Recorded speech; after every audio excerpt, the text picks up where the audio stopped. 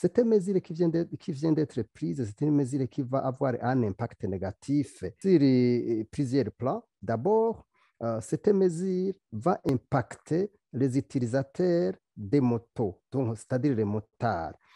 Ils vont perdre le travail et ça, c'est un impact au point de vue économique qui va vraiment engendrer beaucoup de problèmes. C'est plusieurs milliers de familles qui vont aller dans la rue avec toutes les conséquences.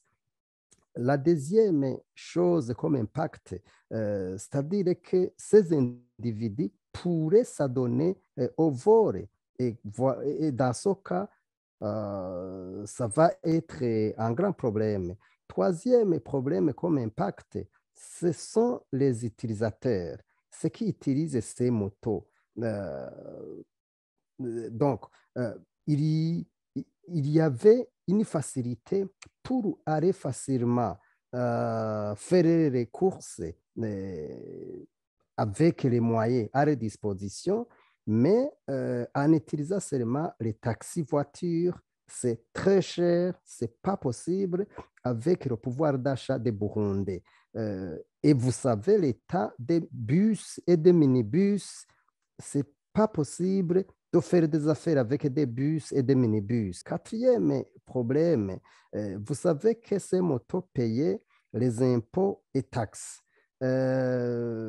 L'État burundais va perdre inévitablement les impôts et taxes. De plus, cette mesure normalement ne devrait pas concerner la ville de Bujumbura. Il y a Gitega, il y a Kayanza, il y a Rumonge, Ngozi et ailleurs. Donc, pour nous, nous voyons que cette décision, certes, c'est une décision qui vise la protection de la vie et des vies humaines des Burundais, mais c'est une mesure, franchement, qui n'a pas été étudiée, qui risque d'avoir plusieurs conséquences. Au lieu d'atténuer les conséquences, cette mesure risque de causer beaucoup de problèmes. Donc, je ne dis pas que ces mesures ne pouvaient pas être prises. Certes, les mesures pouvaient être prises, mais prises d'une manière stratégique avec des études à l'appui. Donc, ça, c'est en fait avoir étudié tout le contour de la question, faire des hypothèses, voir des solutions possibles. Je ne pense pas que cela a été fait. Donc, pour nous comme solution, la première solution, il faut qu'il y ait une étude minutieuse qui va montrer tous les problèmes qui se trouvent dans le secteur de transport, y compris ce transport des motos. Donc, il faut cette étude pour que les Burundais puissent se déplacer facilement. La deuxième chose à faire comme solution, nous pensons qu'il faut une éducation à la sécurité routière parce que il est clair que la route est devenue comme rabattoir parce que justement, il n'y a pas de cette politique de la sécurité routière qui vise tous les citoyens qui utilisent les infrastructures routières. Donc, si cette politique est là, je pense que ça pourrait aller. Mais aussi, en troisième lieu, il faut qu'il y ait des mesures drastiques en rapport avec l'obtention des permis de conduire.